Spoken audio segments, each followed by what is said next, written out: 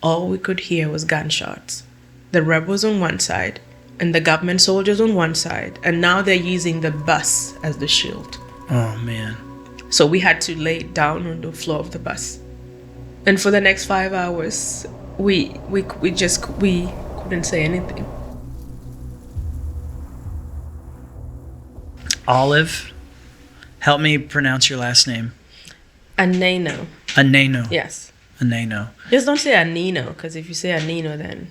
I have the problem. My last name's Donehey, and nobody Donehey. ever knows how to say it. And you just make your peace with it. You know what I'm saying? So you grew up in Uganda.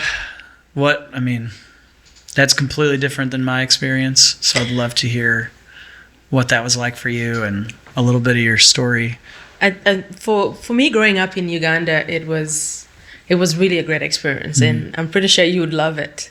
I've actually been told that before. Yeah? Those people are vibrant, is Yes. what I hear. Yes. As you can tell from my bright colors. Yes, yes. The bright colors always tell a story. So, yeah.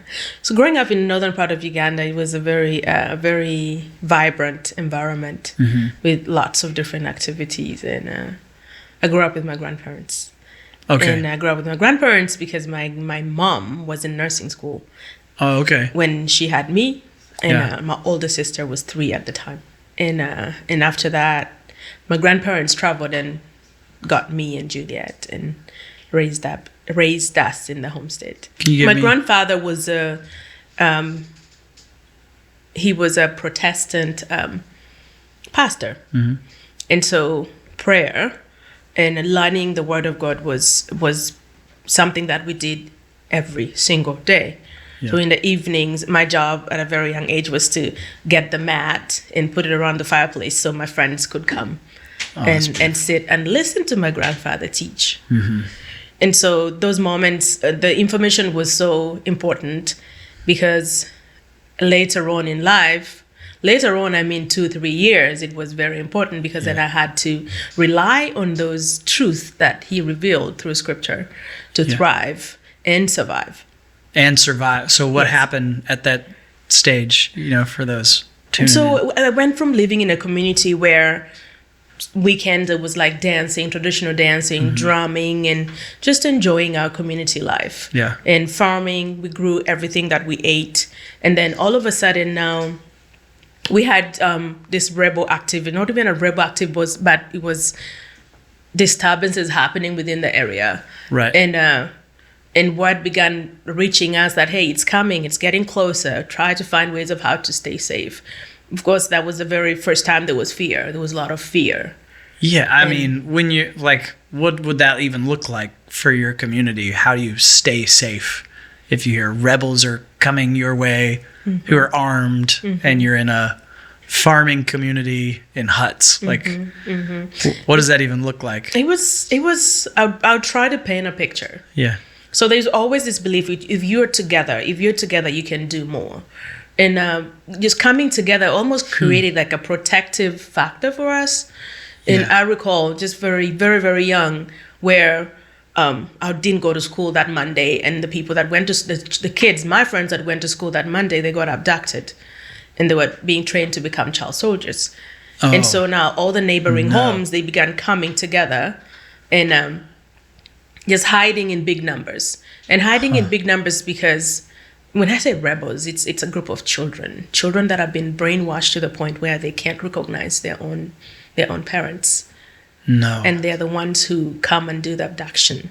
So again, being in large So you have numbers. children abducting children. Children abducting children and killing adults. So take me through it. What happened next in your community as the rebel forces are getting closer? So in my during that time, it was really a lot of confusion for me at that age. How old were you at this point? I was about 5-6. Oh, wow. Okay. When the instability started, that's when I felt that disintegration happening. Okay. So it was straight up from being in a communal setting where people enjoyed coming together and fellowshipping and dancing and the elders teaching the children. From now, you're on your own. You need to survive. Even if we were moving in a group, trying to find safety, trying to find love, right? Trying to just find that truth, that there is still a God that loves me regardless of everything that's happening. Yeah. And I remember during that time really struggling with a lot of thoughts around who is this God that my grandfather taught me that is loving and caring. Sure. You're 6 years old. I mean, so lots of questions around that, and the disintegration over just togetherness, and it was very silent. You're together as a group, but at the same time, you're not together emotionally, because everyone is trying to process the emotional changes happening, the psychological changes happening, whether you'd be alive the next day. And not even just that, there's just the basic stuff. If I get sick, what am I going to do? Or sure, if I'm hungry, what am I going to eat? There's really no food because we are not farming. Yeah. We were moving from place to place. So even if we were together, there was a lot of loneliness. A lot of loneliness, and no one was answering any questions. Yeah, those are questions a 6-year-old shouldn't have to have the burden of carrying. So, take what happened next from there. So I remember those questions really resonating a lot, as far as who is God, where is He, why is He allowing this to happen, and my grandfather looked at me and told me, I know there's a lot going on right now. Yeah. But in the midst of it all, know that God always has you in His hands. And by him saying that, it was reaffirming to me that regardless of what was happening, God was still with me. Yeah, that's powerful. And so you're moving, you're not, are you setting up tents? Like, what does that look like? No tents. Yeah. Sleeping in the bushes, sleeping in the forest. And how long did this period go? It lasted from when I was 5 until when I was 7. 2 years. 2 years. 2 years. And you know the sad part about it? Yeah. Really, there's a lot of sad parts about that. You're moving, but you don't really know where you're going. Yeah. And it's very ambivalent where, okay, are we going to find people or are we not going to find people? But there's hope that you are going to this destination. And maybe you will find hope. Yeah. And if you don't find hope, you keep on moving. Poverty stops with me, and it can stop with you too. Please join us by sponsoring a child today. We got to this place that we stayed there for a couple of days, thankfully. And we were a little bit trying to settle, but we couldn't settle because a war broke out. I remember one morning, there were gunshots, the government soldiers on one side and trying to shoot the rebels. And we were right in the middle of it. No. And I remember my grandmother, I watched my grandmother. I think this was a very moment that I realized that is what I wanted to do. So as the shooting was going on, people that had children, they never really would run with the children. Yeah. They would leave the children behind. Because if you ran with your child, especially one younger, I would say 2 and less, they would cry. And then the rebels would find you because the kid is crying. Oh, man. You want to hide in silence. So they don't think there's anybody hiding in the bushes or the forest. So I remember my grandmother, she wouldn't go. She wouldn't run and hide. She would get the children and try to have them in one place. Yeah. And she would say, help me. And so I would help her put the children in one place in the midst of all the chaos. I mean, people running in all directions. You really have no idea where to run. But you're running and following somebody, hoping that you're not one of the one shot. Right. And you're just caught in a war zone. Yes. Okay. Yes. The rebels were the first to get to the homestead. And they surrounded, we were with the kids, they surrounded us. And one of them looked at my grandmother and asked what her name was. And she said, my name is Sarah. And they asked her who is her husband. And she told them my grandfather's name. And they knew who he was. And the leader told the other 4, it's okay, don't touch her. let her go. Really? Yes. They didn't say why they left you alone? No. No. And so for me, that was very impactful too, to think that the impact that my grandparents have made in the community, because there are places where they've gone several villages just teaching the word of God and sharing and feeding the hungry. Their legacy was out and about. Yes. They'd heard they it. They lived their life, a life of service. A life of service, helping others. So when did the journey on the run, how did that end?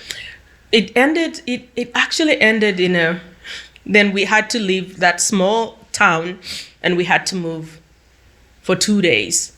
Then we got to Kitgum town. And Kitgum town was a little bit stable because there was more people. Again, there's the safety in numbers. Yeah. There was more people. And I remember in this hospital, St. Joseph's Hospital, it's like one big room that was just empty. There was no beds, nothing. And so in the evening, people would come from all corners and they would sleep on the floor and then in the morning leave. But it was sad. Sure. It was very sad because when I say people, these were children under the age of 12. Children, no parents. Then in the morning, they have to fold their little papyrus mats or blanket that they came with and leave.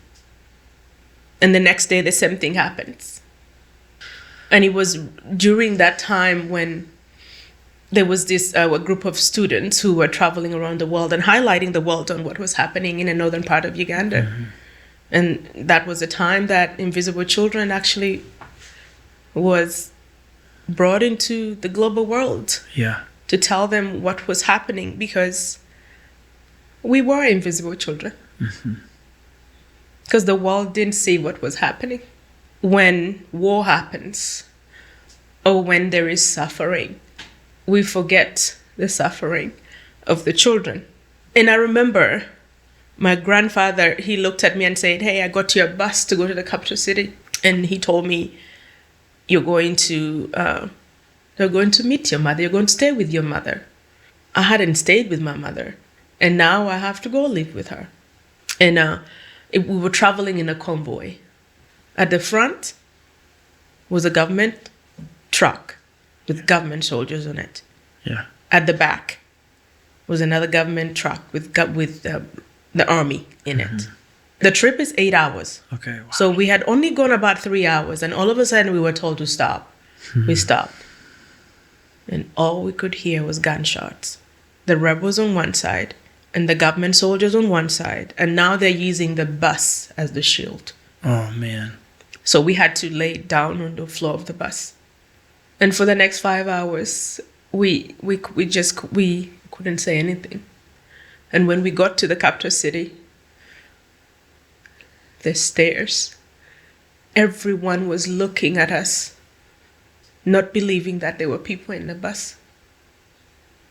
It's full of bullet holes, probably. Yes. And then, do you get off the bus? Is your mom there? I did get off the bus. And the crazy thing is, I had this one dress on for 2 years. One dress for 2 years. And one blanket holding onto it. And so I learned something. Because I realized everyone was looking at me, I had to figure out a way of how to draw their attention away from me. And what did I do? I smiled. And it worked. And so people would smile back and then go on their way. So I realized that it helped me for people not to look at me. Yeah. But I wasn't really smiling. I was crying out for help. Help me. Help me, I'm drowning. I looked outside and I saw my mom. I came out of the bus and she asked me, "How are you?" I told her I was doing okay. How? It's like she was fading, I couldn't ask her what was going on with her. You can't ask questions and you have to keep smiling. We left and we got to her home. And I watched my mom and some of the things that she would do around the house. Yeah. She rarely spoke. And when she spoke, it was more so a direction. Mm-hmm. Like, wash the dishes. Or did you fetch water? But it wasn't like, are you okay? Oh, come here, let me give you a hug. And then after a couple of months, she got really sick to a point where she would not allow any of us to go in the room. And I remember she would call out to my older sister. And the first thing she did was she would wear gloves. Yeah. And go inside my mom's room. And then as soon as she stepped out, she would take the gloves off and put it in the trash. There was a small little trash can at the front of her door. But this one Saturday, something changed. Something changed this one Saturday. She got up and she had this dress that she had made from leftover nursing uniform material. Okay. It was a checkered shirt, a checkered dress. And she handed it to me. She said, "Here, put on this dress." And she said, "Get ready, I'm taking you to church." Interesting. But remember, it was the way when she spoke, it was more so directional. Do this. Right. And I recall, I didn't believe her because I looked at my mother and her diminishing, her being pale. By this time, she was so weak. And here she's telling me we were going to church. And this church is 12 kilometers. I didn't know if she was going to make it. But very early, we left. I think there is a different set of courage that God gives women, especially mothers. And watching my mom walk for 12 kilometers, she didn't do that by herself. It was the strength that could only come from God. And the fact that even in the midst of her suffering, she was still thinking about the welfare of her children. And I remember we reached the church. And when we reached the church, it was the very first time in almost 3 years that I saw children playing. Children play, laughing. And I recall at the entrance of the church, I still remember this, the gate never really closed. It always stayed half open. On the left-hand side was a line of kids. And then I could see the adults, as they brought the kids in, they would go on the right-hand side to a different room. Yeah. And so my mom told me to line up. And as I lined up, didn't really know what this line was about. But the fact that they were children, the energy, the space, it felt safe. Again, remember we talked about space. The space that was created felt safe for me. And I knew something good was here. There was something good here. And as the line got shorter and shorter, it was my turn. And I remember they gave me this rectangular board that had numbers and letters on it. And they took a picture. They took a picture of me. And little did I know that this picture was going to be made a child packet. And then from that day, I actually began going to that church. Would come, sing praise and worship, have a little break tea at 10, would drink tea and then eat some bread. And then lunchtime, would eat a full meal. And then in the afternoon were my favorite part. Because the afternoons, we would all gather in the sanctuary with lots of drumming. And then the staff member would come at the front. The compassion staff member would come at the front and would start reading our names. And if they read out names, you either had a letter from your sponsor or you had a new sponsor. Okay. And so it didn't take long. My name was read. They read my name. I was very excited. That meant we had new sponsors. Mine was from Australia. And so we went to a different room And then we got to read the letters. During all this period, my mom is going through her own challenges. I can't really talk to her about what I'm feeling, what's going on. Yeah. I can't talk to my grandparents. They're still in the middle of the unrest, moving from place to place. I can't talk to my older sister because she experienced similar things that I experienced. I can't talk to my young sister because she wouldn't understand. I cannot tell the staff members because, again, I don't want to bring attention to myself. And therefore, receiving my first letter, it made me believe that at least I have something. I have a sponsor I can write to. I can tell them anything. I can tell them everything that was going on. I don't have to talk to them. I can just write it down. And so it was always beautiful moments. And my sponsors are such great writers. And they would tell me about the things that they're doing.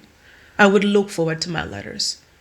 Yeah. And when I got my letters, I would share them with my friends. And I would tell them about my friends.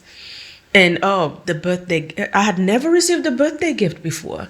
So you stay in the project for how long? I stayed in the program for 3 years. And then all of a sudden, my mom's health got really bad. I remember my aunt came. She left with my mom. Yeah. And took my mom to the hospital. And while in the hospital, my aunt ended up getting sick. She contracted meningitis. And within 2 weeks, she passed. Yeah. So now my mom did not have a caretaker to care for her. And she was brought back home. She began singing, "It is well. It is well with my soul." And those were her last words. Because HIV/AIDS killed her. And then looking back, now I understood that she was definitely applying the health belief model. So imagine now being in a space again of uncertainty, of not knowing what's going to happen. Gosh. So my aunt had 5 children, and my mom 3. We had to leave. I remember Aunt Carol. Aunt Carol, she was the project director then. Yeah. She talked to my cousin, who was the oldest, and told my cousin, "Can they move in with you?" Imagine asking a 16-year-old to be a parent to 7 other children. 7. And I still remember her crying and just saying she can't. But we had to leave the home. We left and we moved in with them. Some nights were tough. I remember that's when I began just leaning more on prayer and not thinking so much of what could go wrong, but focusing on what is right today, right here and right now. And I recall the church members. They would come. They would pray with us. They would play with us. They would bring food. They encouraged everyone in the home, and everyone had somewhere to sleep. Everyone had a blanket. Every Saturday, we would come back from the project and we would have all these bags of food. Everyone in the home benefited because I was in the compassion program. It's amazing how the community referred to us. Oh, those are compassion kids. Those kids belong to the church. I recall when I turned 12 and I wrote a letter to my sponsors and asked if it was okay for me to go to boarding school. And I was able to go to boarding school. Really? How did they help with that? Or? Yes. Wow. I learned a lot within the boarding school as well. Just getting to know myself. And the therapy did not end there. It continued. Tell me about that. Ansar used to come at the school. But I also picked up the sport of volleyball. Okay. I picked up the sport of volleyball. I began to make friends. So for 2 years in that school, I was just learning how to pretty much control the ball and the ball not controlling me. And the uncertainty had subsided a little bit, where I wasn't so much worried about what could go wrong in the future, but more so, what else is there? Hi, I'm Olive Aneno, and I wanted to take this brief moment to encourage you to sponsor a child. My life was forever changed, and you can do the same for a child in need. Tap the link in the description below to learn more. After I graduated, I got recruited. No. For volleyball? Yes. To play volleyball at South Carolina State University. So that's crazy to me that someone from South Carolina is traveling. Do they travel to Uganda looking for players? How does that happen? Sometimes the way things have happened in my life, it is nothing short of a divine intervention. Because we used to practice at this, I call it gym, outdoor gym. Yeah. It's like a gym. A gym, yes. It was just grass with a volleyball court. And there's a guest house right next to it. And the guest house normally has foreign recruiters from around the world. And it happened that one of the recruiters was there. And he talked to our coach and said, some of your girls are really good and they can play volleyball in the U.S. And he came and took some videos, and then when he came back to the U.S., sent them out to different schools. Wow. So, South Carolina State University. So first time on an airplane, I take it? First time on the airplane. And do you know what I ate? No, I'd love to know. You know how in the plane they give you things to eat? Yeah. I was like, yeah, this is my element. Yes. And then I ate cheese.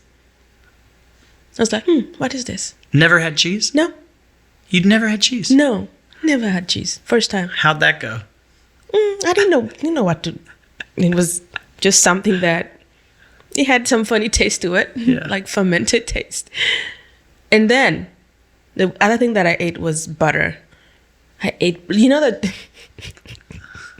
Now talking about it, it's so funny because. You just eat it by itself, just out of the thing? You know how you have the cheese and you eat the cheese and then you're like, oh, okay, this is also supposed to be eaten because it didn't have any labeling on it. Yeah. And it tasted horrible. I was like, what is this? What are these Americans? What are they doing? Yeah, it was surreal. It was a very exciting experience, but also very frightening because never been on a plane. I didn't know where I was going. It was November.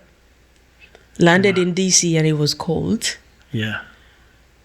Totally different experience. Wow. And I remember after being on the volleyball team, my volleyball teammates were very supportive. Again, I felt like I belonged because, again, of that connectedness, that community. Yeah. We all went to practice together. We all went to the cafeteria together. If there was any kind of outreach or events, we all went together as a volleyball team. So again, that connectedness was there. But I was still closed into that silence was still there. You know how you're part of a team and you still feel alone? Yeah, sure. Yes. And I recall it was time to declare my major. Yeah, right. I had to declare my major. I wanted to do elementary education. I was like, I'm going to educate these kids, educate them to get an education because education got me here. And I had to, before I declared my major, I had to shadow in an elementary school. And I went to this elementary school and I was shadowing, just watching, observing and writing my observations. And I realized that I did not want to be an elementary school teacher. I wanted to find out what the root cause of the behavior was. And so I switched my major to social work. And after switching it to social work, I began learning some more about theories and the social work within the U.S. Got very intrigued with human behavior and the social environment. And just learning more and more. Yeah. And graduated with a bachelor's in social work. Yeah. And then got a scholarship to go to University of Georgia, and I got my master's in social work. And you've been doing that since. And after getting my master's in social work, I realized that I needed the public health aspect of it as well. So I went back to school for a second master's. In public health? Yes. In what way? What hit you that you needed that degree as well? Because I also needed the education piece, the public health education piece. So I'll give you an example of prevention. For me is it's macro and micro, right? Yep. It works in systems.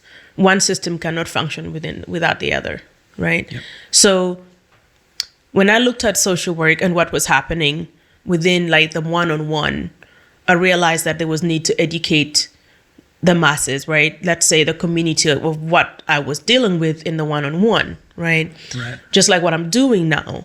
I do suicide prevention education that can help you and I to identify who is at risk. Yes. So it helps you understand that, okay, if I see somebody who is at risk, I can refer them to Olive as a therapist because she's trained and equipped to address those kind of challenges. I mean, I'm just so amazed at your story and having been through so much, and yet your heart is to care for others. I feel like that's got to uniquely wire you to be able to get under the hood. As you were saying, it was so hard for you to speak to anyone for so long. Yes. Most people watching this, don't have as dramatic of a story as you just shared, and how can they kind of see themselves in your story and see their part? You're saying the whole community has a role to play in mental health. And right now, I mean, I've read studies, the mental health epidemic that's happening, particularly in America, with it's just rising and rising and rising. Suicide is rising,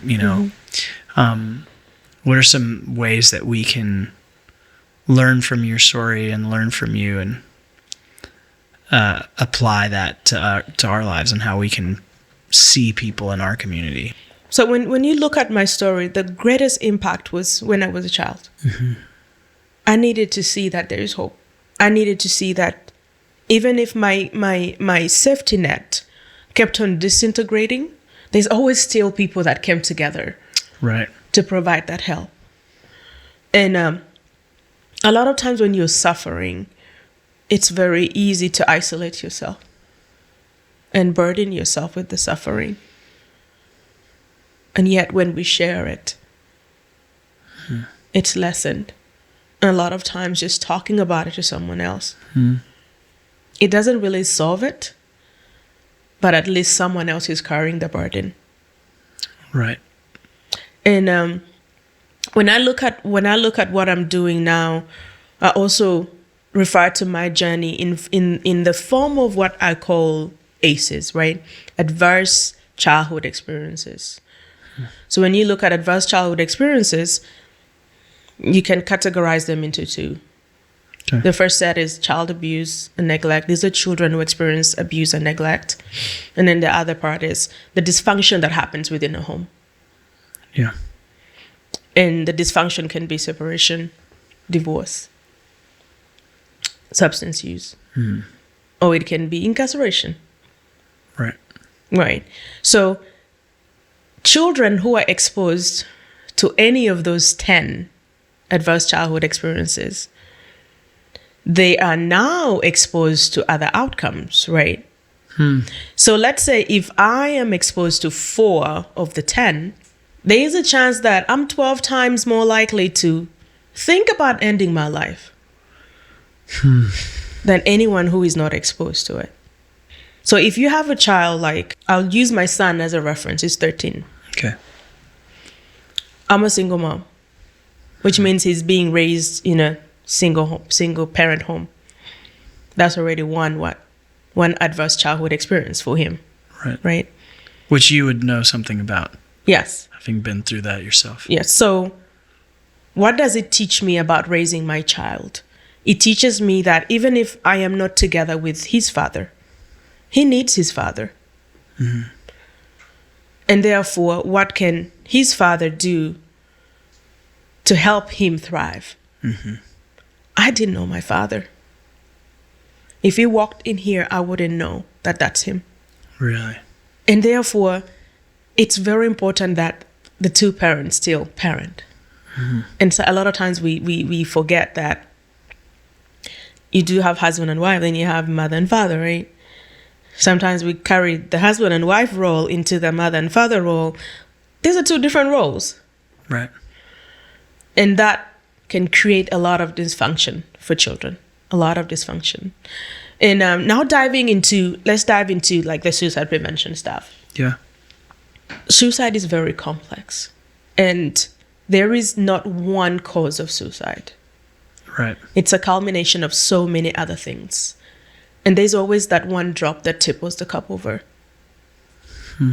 And that one drop could be divorce, a separation, loss of a job, a diagnosis of a new illness, a terminal illness. It could even be a breakup. Could even be moving a child from one school to the next. It could be losing a friend. So there's always that one drop that tipples the cup over.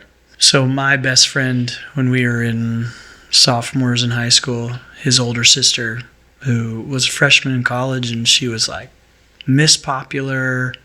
Everybody loved her. Captain of the teams, like homecoming queen. She took her own life in a freshman dorm room, and I just remember for us just feeling like nobody saw this coming, and so you're listing off all these factors. So I think we tend to know when someone's going through something dramatic, like, oh, we need to keep an eye on them, we need to check up on them. But how can we have some tools to identify, like, ooh, even when I look at the outside and everything looks like it's going great, I would have loved to have known.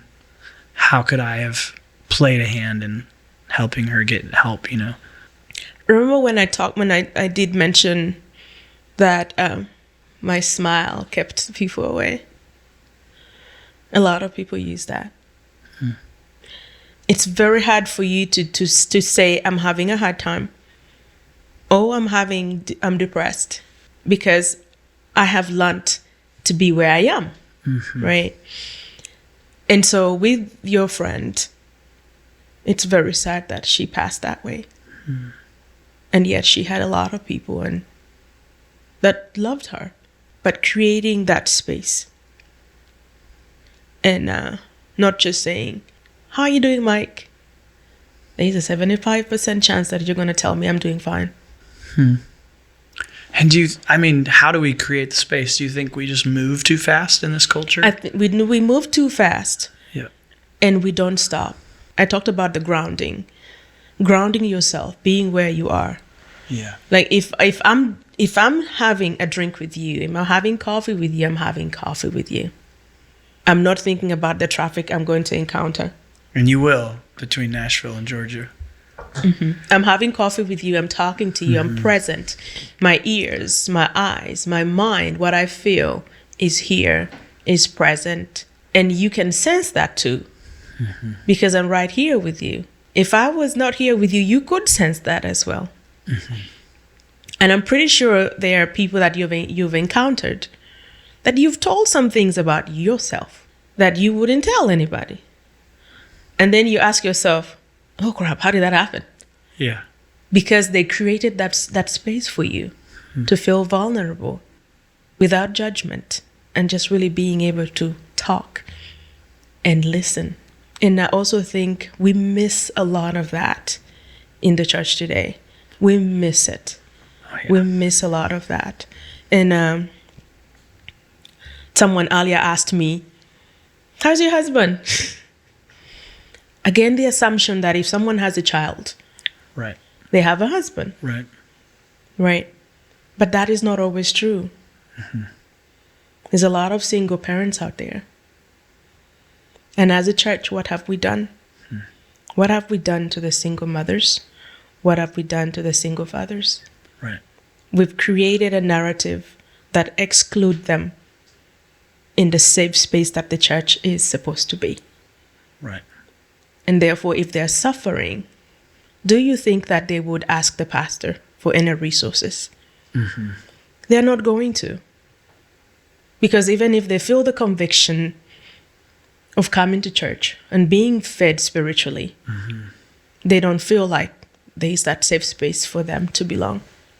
Yeah, I wrote a song with a buddy, and the beginning of the idea was we were discussing why when you go to so many churches, you can have past struggle testimony time, but we don't have a lot of current struggle testimony time. Mm-hmm.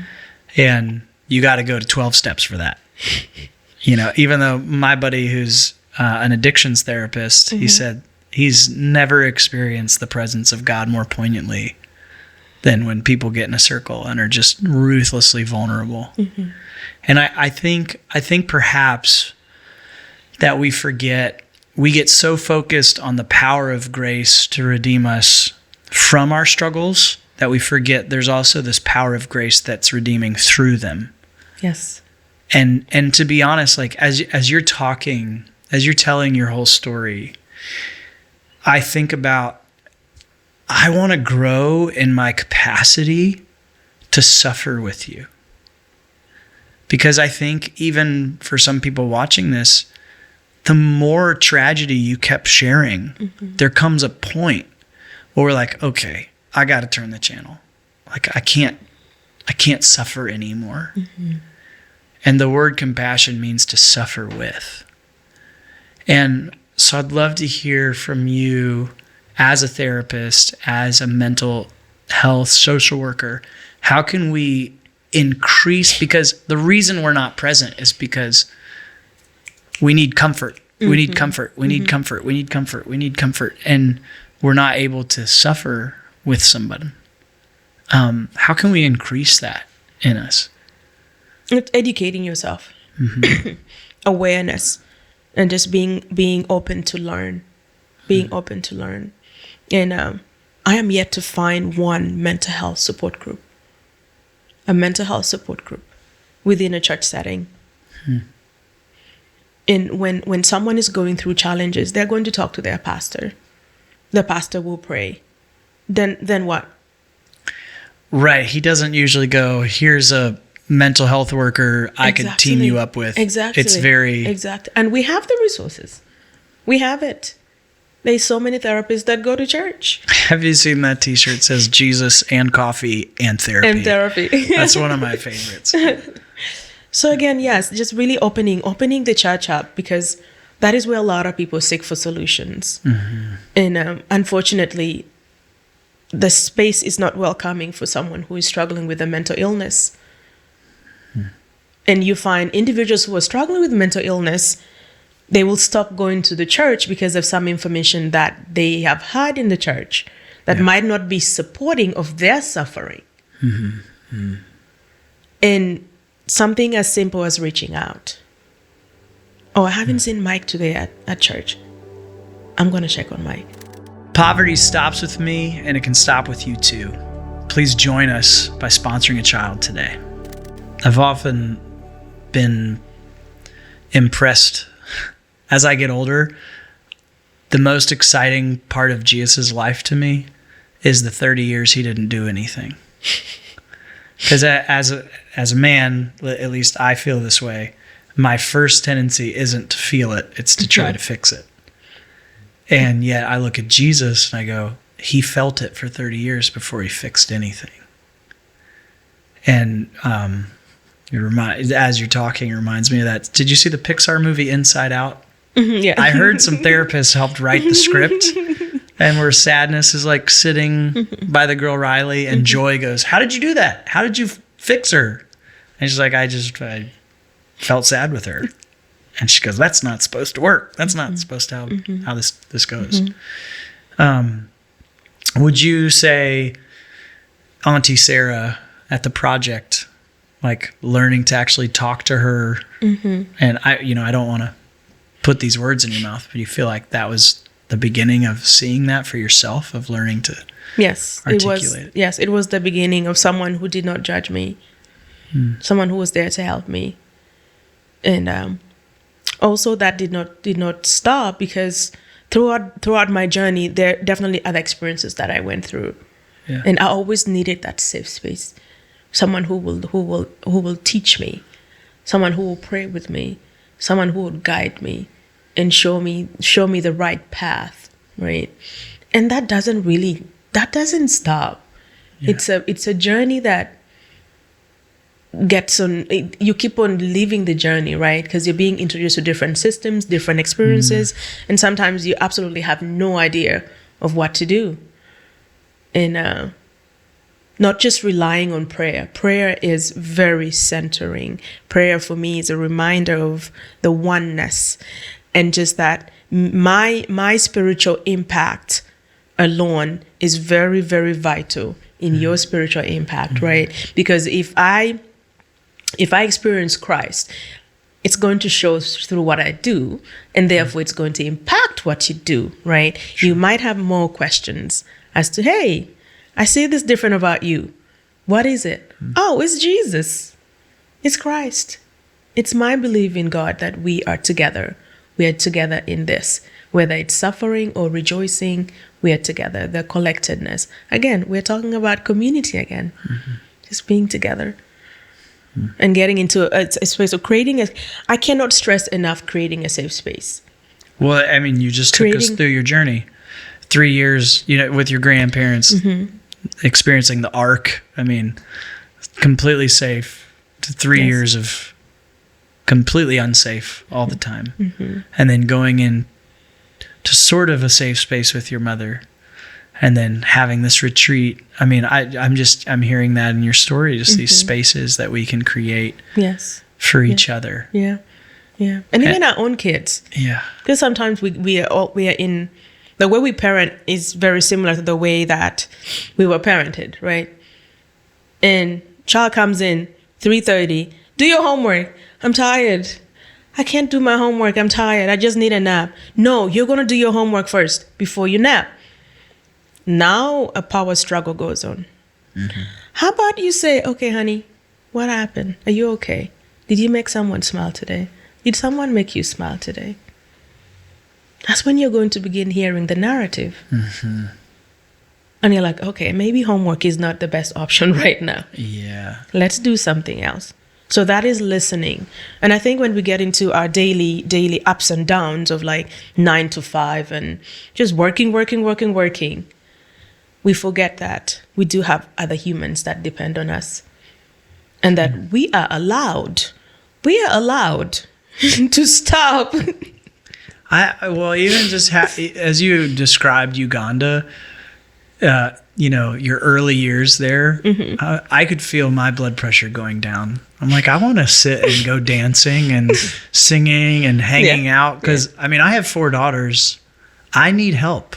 They all yell at me at the same time, and but even just the other day, our 9-year-old, she was just angry coming home from school, and she's throwing these fits. And my wife, she's better at being curious than I am often, and she just looks at her, and instead of disciplining her, she goes, "What happened?"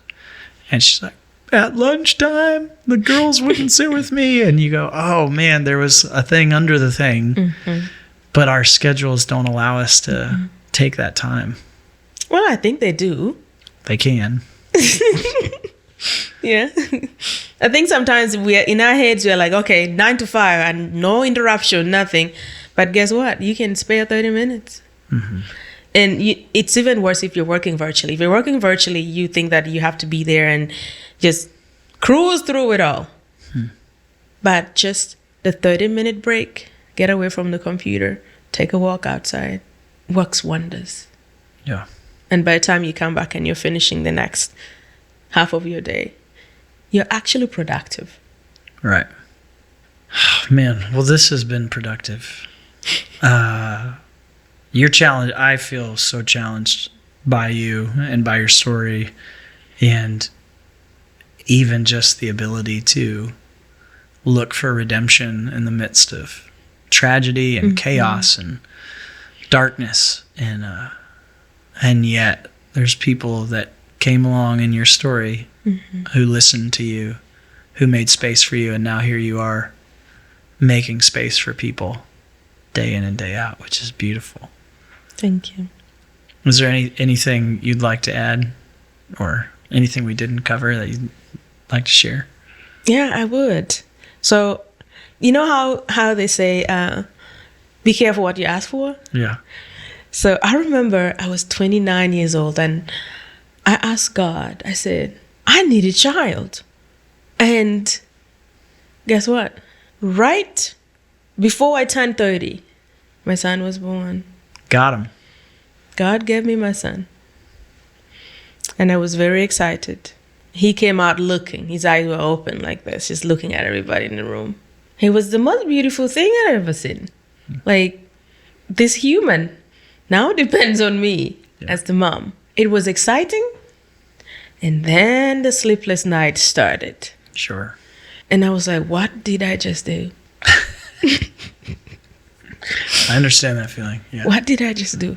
Why can't he just sleep for, even if it's just 4 hours? Yes. He just wanted to eat.